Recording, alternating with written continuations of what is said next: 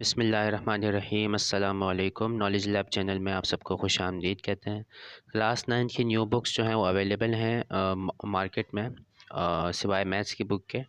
बाकी PDF format में सारी बुक्स जो हैं वो अवेलेबल हैं। लिंक में जो है वो डिस्क्रिप्शन में आपको प्रोवाइड कर दूंगा, वहाँ से आप सारी बुक्स जो हैं क्लास 9 की न्यू बुक्स कराची बोर्ड की वो आप इजीली डाउनलोड कर सकते हैं। और आज की जो वीडियो है इसमें हम फिज़िक्स के चैप्टर नंबर 1 इसका सेक्शन ए यानी एमसीक्यूज़ और सेक्शन बी जो है उसका क्वेश्चन नंबर 1 और 2 इसका सॉल्यूशन डिस्कस करेंगे। तो चलिए वीडियो का आगाज़ करते हैं। एमसीक्यू नंबर 1 है, इसमें आपको एक फ़िगर दी हुई है, फिगर 1.26। तो shows part of a vernier scale, what is the reading on the vernier scale. इसमें जो आपको ये फ़िगर दी हुई है, इसमें जो रीडिंग शो कर रही है ये फ़िगर, वो आपने बताना है। ठीक है, तो यहाँ पे मैं जूम कर देता हूँ इसको। तो ये है हमारे पास फिगर, और जो ऊपर वाला आपको नज़र आ रहा है पार्ट, ये जो है मेन स्केल है, और नीचे वाला जो पार्ट है ये मूवेबल होता है वर्नियर में, और ये वर्नियर स्केल कहलाता है। मेन स्केल में सेंटीमीटर में डिविजन्स होती हैं, जबकि वर्नियर स्केल में आपके पास सिर्फ़ और सिर्फ ये डिविजन्स होती हैं, इन पे कोई यूनिट वगैरह नहीं होता। तो मेन स्केल में जो रीडिंग मौजूद है यहाँ पर देखें, ये सेंटीमीटर और ये मिलीमीटर में आपके पास जो है डिविजन्स हैं। तो 6.1, 6.2, 3, 4, 5। तो 6.5 सेंटीमीटर जो है मेन स्केल रीडिंग हमने नोट कर ली। उसके बाद अब वर्नियर स्केल रीडिंग के लिए आपने देखना है कि वर्नियर स्केल की कौन सी डिवीज़न एग्जैक्टली जो है वो मैच कर रही है, कोइंसाइड कर रही है इसके साथ, मेन स्केल के साथ। तो ये 5th डिवीज़न जो है, यहाँ से हम काउंट करते हैं, देखिए 1, 2, 3, 4, और ये 5th डिवीज़न एग्जैक्टली जो है वो मैच कर रही है। तो इसलिए मैंने वर्नियर स्केल रीडिंग यहाँ पे लिख ली है 5th डिवीज़न। अब फ्रैक्शनल पार्ट हमें फाइंड करना है, यानी कि वो पार्ट जो ये जो मिलीमीटर है, ये मतलब ये थोड़ा सा जो आगे हुआ है 0, ये हिस्सा जो हमें निकालना है, ये फ्रैक्शनल पार्ट इसे हम कह रहे होते हैं। तो ये फ्रैक्शनल पार्ट जो है होता है vernier scale reading multiplied by least count of vernier calliper. तो लीस्ट काउंट होती है 0.01 सेंटीमीटर वर्नियर स्केल के लिए, वर्नियर कैलिपर्स के लिए। तो हमने इसको मल्टीप्लाई कर दिया है, 5 मल्टीप्लाइड बाय 0.01। यहाँ पे थोड़ा शॉर्ट करके मैंने इसको लिखा हुआ है। तो 0.05 सेंटीमीटर हमारे पास आ गई है फ्रैक्शनल पार्ट। अब फाइनल रीडिंग जब फाइंड आउट करेंगे तो दोनों को ऐड कर देंगे, यानी कि मेन स्केल रीडिंग में ऐड कर देंगे फ्रैक्शनल पार्ट। तो ये हमारे पास 6.55 सेंटीमीटर इस तरह से हमने कैलकुलेट किया है। तो 6.55 सेंटीमीटर इसका करेक्ट आंसर है। उसके बाद नेक्स्ट देखें number 2, 10 identical steel balls each of mass 27 ग्राम। तो 10 हमारे पास जो है वो बॉल्स हैं स्टील की, और हर एक का जो मास है वो 27 ग्राम है।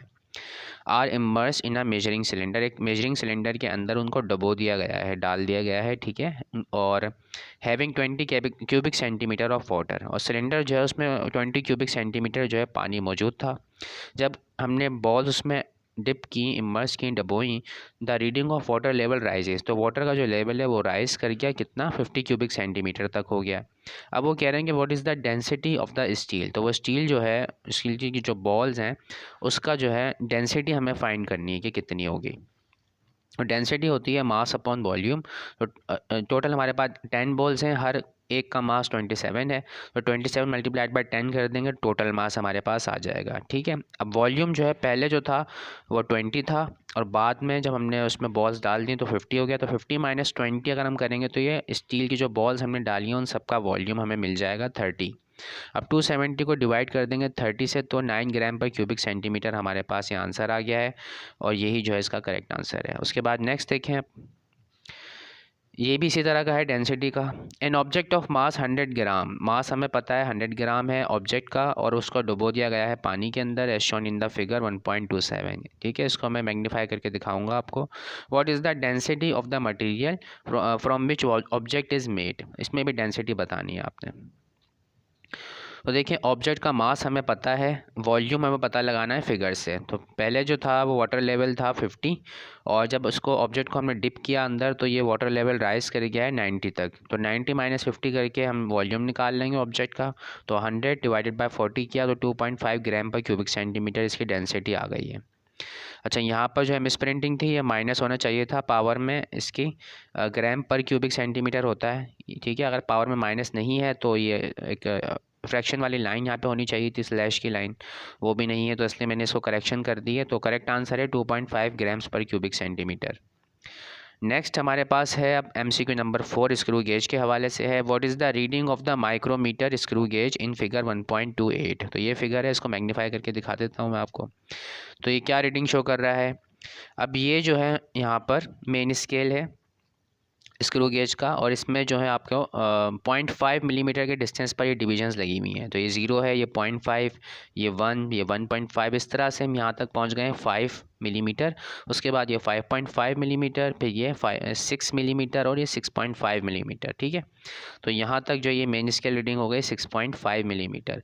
अब देखें थोड़ा सा और यहाँ पे ये आगे जो है मूव हुआ है, तो ये जो हिस्सा है ये फ्रैक्शनल पार्ट है। इसके लिए हमें चाहिए होगी सर्कुलर स्केल रीडिंग, यानी कि ये वाला जो स्केल है सर्कुलर स्केल है। कौन सी डिवीजन मैच कर रही है, कोइंसाइड कर रही है? डेटम लाइन से। डेटम लाइन होती है, इंडेक्स लाइन भी कहते हैं इसको। तो ये देखें यहाँ से ये 10, 11, 12 और ये 13 डिवीजन जो है सर्कुलर स्केल रीडिंग की ये हमारे पास आ गई है। फ्रैक्शनल पार्ट के लिए लीस्ट काउंट से मल्टीप्लाई करना पड़ेगा सर्कुलर स्केल रीडिंग को। तो 13 मल्टीप्लाइड बाय 0.01 मिलीमीटर।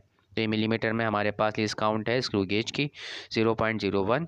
ठीक है, तो 0.13 हमारे पास आ गया फ्रैक्शनल पार्ट। दोनों को अब ऐड कर देंगे, main scale reading plus fractional part, दोनों को ऐड किया हमने तो 6.63 इस तरह से इसका मिलीमीटर में आंसर आया है। नेक्स्ट हमारे पास है अब सिग्निफिकेंट फिगर के हवाले से MCQ। Chips wrapper is 4.5 centimetre long and 5.9 centimetre wide. लंबाई और चौड़ाई पता है एक रैपर की, उसका एरिया हमें बताना है। सिग्निफिकेंट फिगर यहाँ उन्होंने हमें जो है बताया नहीं कि कितने सिग्निफिकेंट फिगर में आंसर देना है। ठीक है, तो सिग्निफिकेंट फिगर के लिए अगर मैं बताऊँ आपको तो उन्हें लिखना चाहिए था कि कितने सिग्निफिकेंट फिगर में आंसर देना है। तो मैंने हर तरह से यहाँ पे हर एवरी पॉसिबल वे यहाँ पे मैंने बता दिया है। तो देखिए दोनों को मल्टीप्लाई किया तो 4 हमारे पास सिग्निफिकेंट फिगर में जो आंसर आ रहा है वो 26.55 आ रहा है। ठीक है, तो ये ऑप्शन सी जो है इस लिहाज से ये मैंने इसको करेक्ट किया है। बाकी अगर 3 सिग्निफिकेंट फिगर में वो कहता है आपसे तो आपने ये राउंड ऑफ करना होगा इस वाले 5 को। ठीक है, ये जो वाला जो 5 है ये 6 में कन्वर्ट हो जाएगा। ठीक है, इवन नंबर में कन्वर्ट कर देते हैं हम। अगर 5 हो, राउंड ऑफ करना हो 5 को, तो तब हम क्या करते हैं, जो उससे पीछे वाला जो नंबर है इसको हम इवन नंबर में कन्वर्ट कर देते हैं, नियरेस्ट इवन नंबर। तो 5 से नियरेस्ट 6, ठीक है, इंक्रीज़ करते हैं।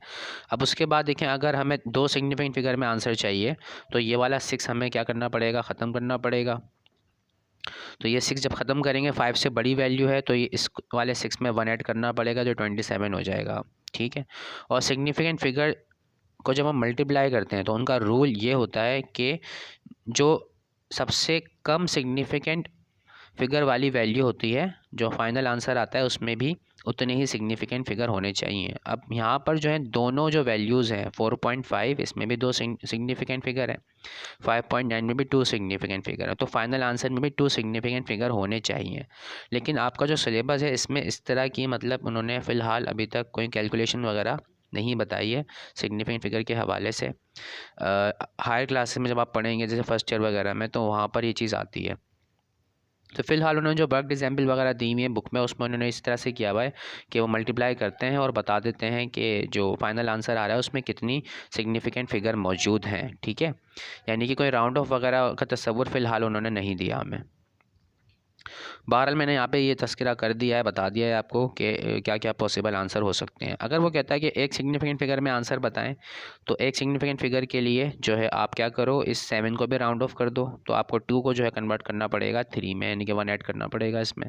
और आपको पता है कि ट्रेलिंग ज़ीरोज़ जो होते हैं वो क्या होते हैं, नॉन सिग्निफिकेंट होते हैं, वो सिग्निफिकेंट नहीं होते।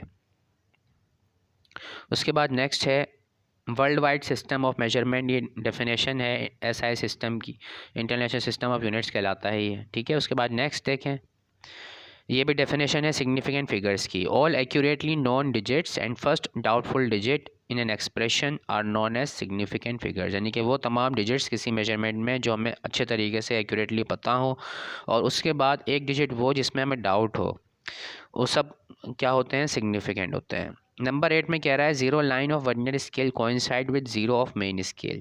अगर मेन स्केल का 0 वर्नियर स्केल के 0 से मैच कर रहा हो एग्जैक्टली तो 0 एरर नहीं होता, तो 0 एरर की वैल्यू 0 होगी। 0 एरर जो है इंस्ट्रूमेंट का ये कहलाता है सिस्टमेटिक एरर। इसके बाद जो एग्जांपल्स आपको दी हुई हैं 10 में length, mass, electric current, time, intensity of light, amount of substance, ये सब के सब जो है ऐसा सिस्टम में बेस क्वांटिटीज़ हैं। तो ये MCQs हमारे कंप्लीट हो गए। उसके बाद सेक्शन बी मौजूद है बुक में और एक टेबल गिवन है जिसमें आपको ब्रांचेस आइडेंटिफाई करनी है कि यहाँ पर जो काम लिखा हुआ है वो किस ब्रांच से जो है उसका ताल्लुक है।